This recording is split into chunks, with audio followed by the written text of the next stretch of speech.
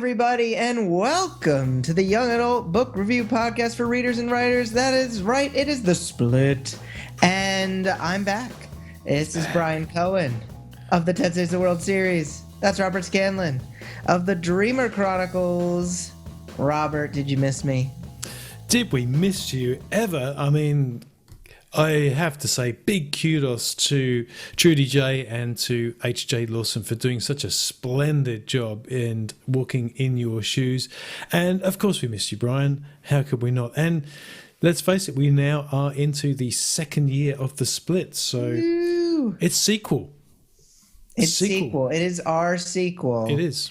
And that's why we're doing a month of sequels. Wait, hey, that's a segue and a half, isn't it? A month of sequels. Yeah. And this is fun. I think there's you came up with this idea of let's go back to some books that we've reviewed, some that we've loved, some that we've had some issues with. You know, how did they deal with the sequel? How did it all work? So yes, not only is Brian the sequel, but we are getting straight into sequels. But how are you anyway? You've been in absentia.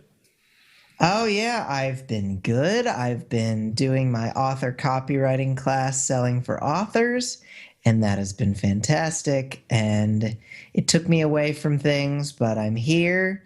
I'm happy to be here. And let's rock on with a summary of Crown of Midnight. Yes, Crown of Midnight. Sequel to Throne of Glass, which we reviewed back in episode 16, according to Robert's wonderful notes. Yes, back on February the 12th. The authors, Sarah J. Maas, or Maas, who is doing very well. I mean, if you look at the young adult section in the local bookstore, you'll probably see a fairly lengthy shelf space devoted to her books. So, and I heard it was recently optioned for a movie. Now, this is a series I'd love to see in a movie, that's for sure. Yes, it is. Oh, yeah. So let me take away the summary then of Crown of Midnight, which is the sequel to Throne of Glass. Go for it, Robert. So Selena is now the king's champion, or in other words, his top assassin. Having been pulled from the salt mines and pitted against all the others in a cruel contest, when Selena won, she knew she'd be required to do the king's bidding, which really means killing all of his potential opponents. While the work is distasteful, Selena carries it out with cold precision, raising the eyebrows of her two previous suitors, Cale, the captain of the Royal Guard, and Dorian, the king's son. But unbeknown to anyone, Selena is playing a deadly game, one that would be fatal for her if the king were to know.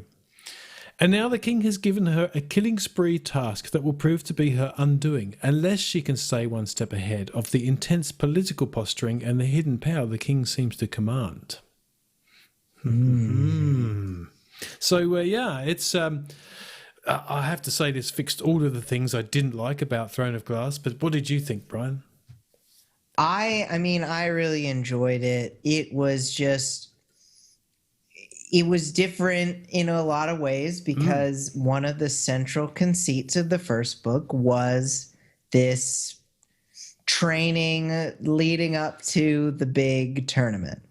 And so I feel like one of the reasons we wanted to take on this challenge of the sequels is when you've got a book that can't be followed up by, a second Hunger Games was essentially a rehash with another arena.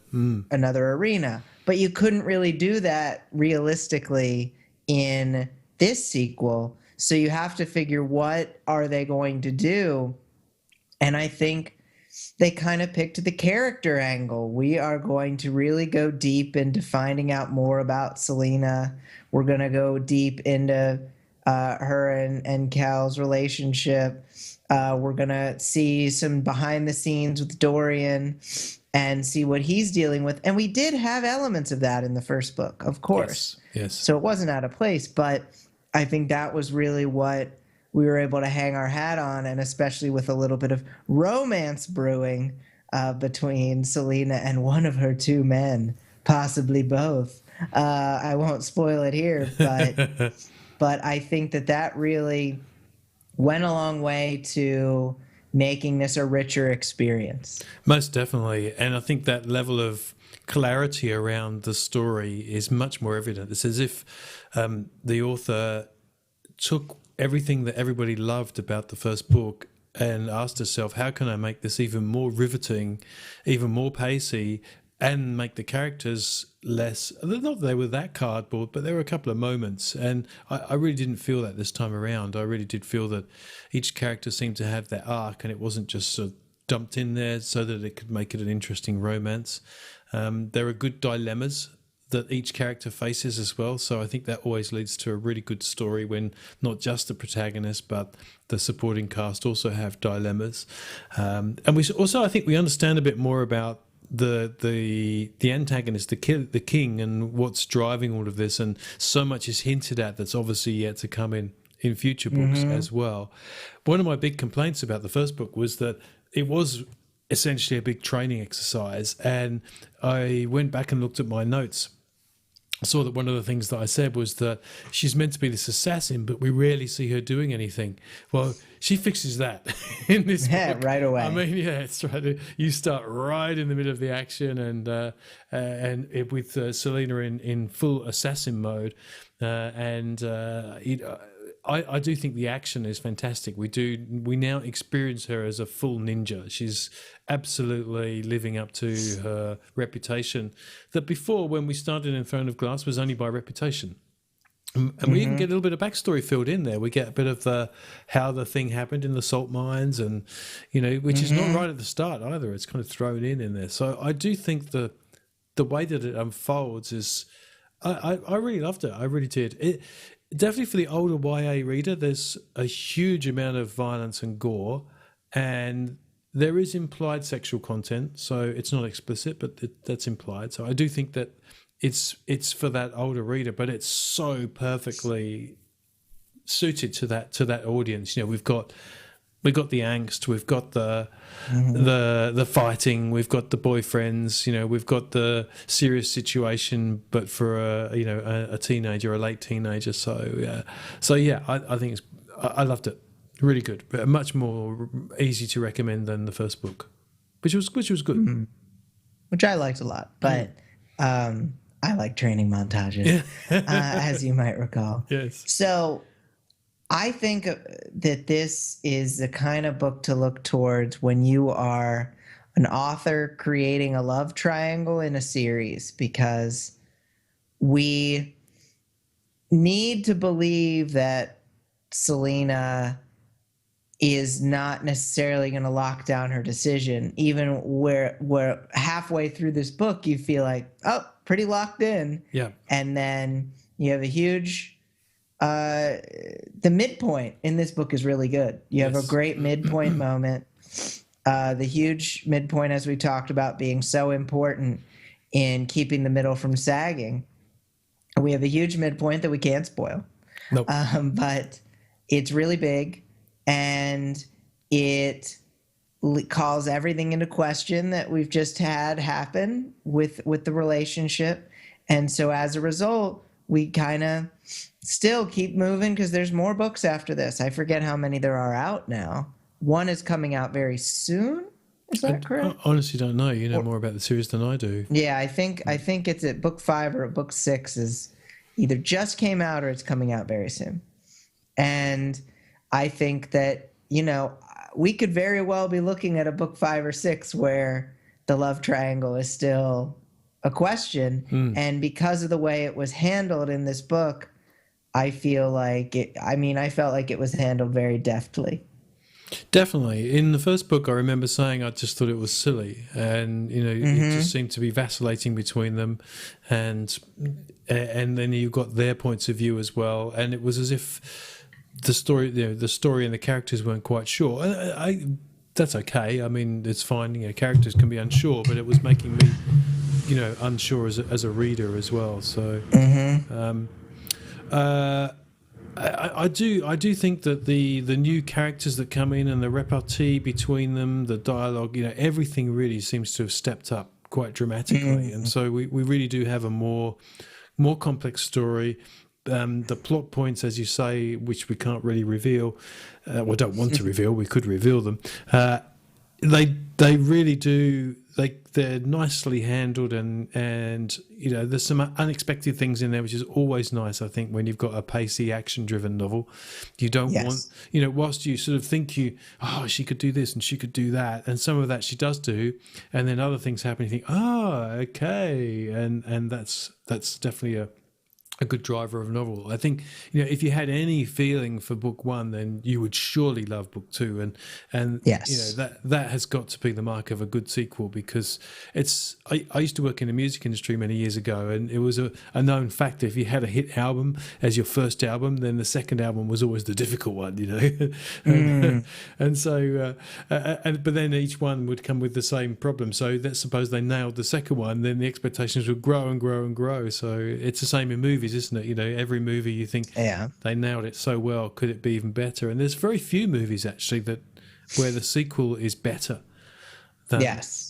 the first release. So I think for authors to do that, they've got to make the readers want to follow the characters and keep following them, and put up with things that extend beyond just the one book, like the love triangle, as you say. Much deeper twists and turns, and very little wasted space, and definitely a book that'll keep you page turning. Yeah, for sure. Speaking of page turning, since yours is audio turning, same narrator as the first? Yes. So, and I think that's a lot of traditional publishers will stick with the same narrator just because they don't want people to get knocked out of it. And it was a good performance. I liked the first book. I liked the second book performance. So the audio was pretty good. And we have lots of different points of view. So is it the same narrator for all those points of view? Yeah. Okay. Do you want to move into the writer's perspective then, since we're talking about points of view? Please do.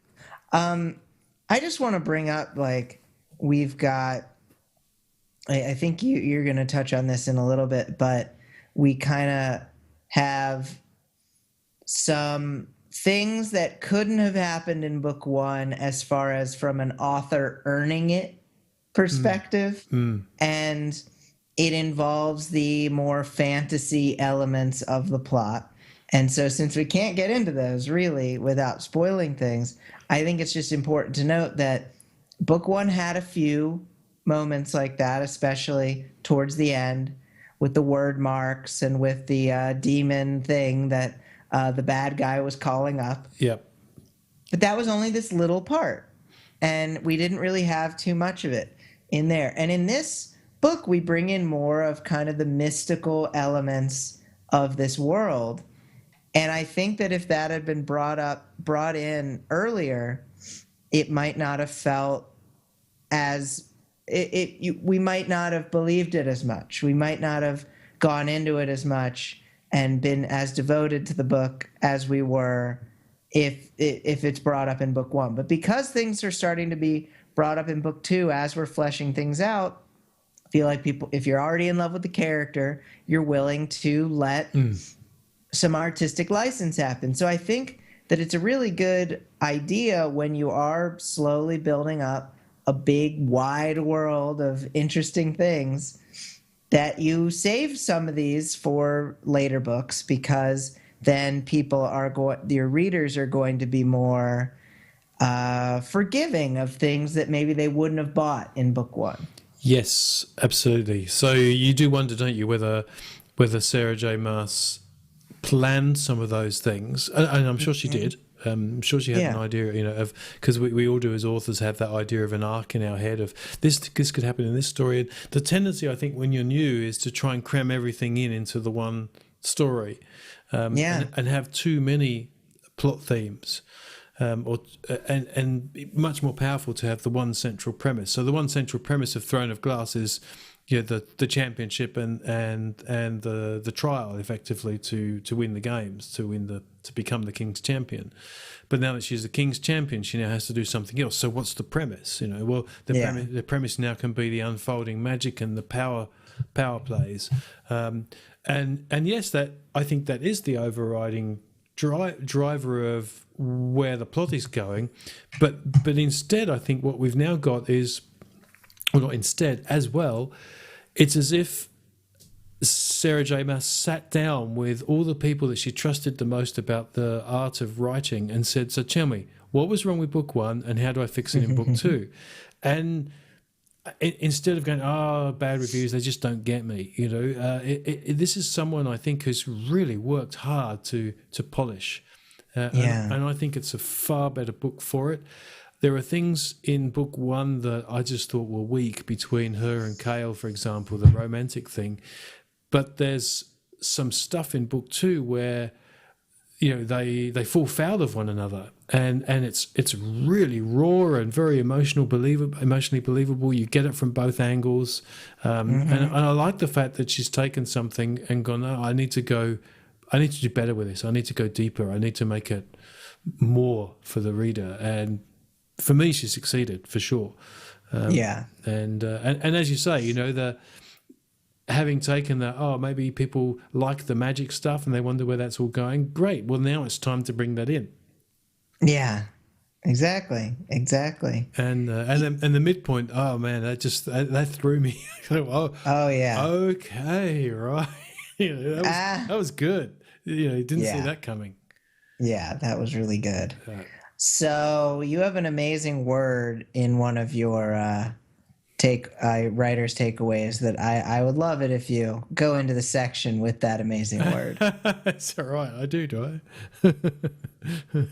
I? I do have one thing actually that was again feedback for the author. There are all these things that get solved because there's corridors hidden behind tapestries. Well, there are two particularly big ones. Sure. Why didn't anybody discover these places before? Yeah.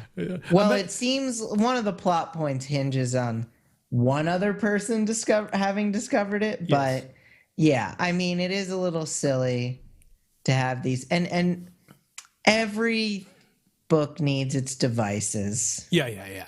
So I think this is just one of those devices. And maybe this was a little less masterful than... That was your word, by the way. That was my word. Oh. Yeah.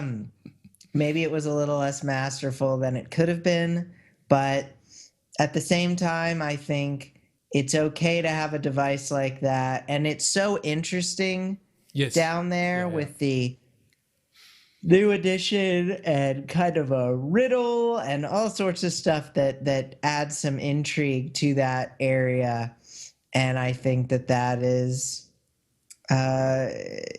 I'm willing to deal with that. I didn't think of the tapestries being silly while I was reading it. So obviously I was hooked enough to not consider it twice. Totally right. And that's definitely the key. So I was searching for something, and so it didn't detract from my reading. It didn't detract from the story's experience.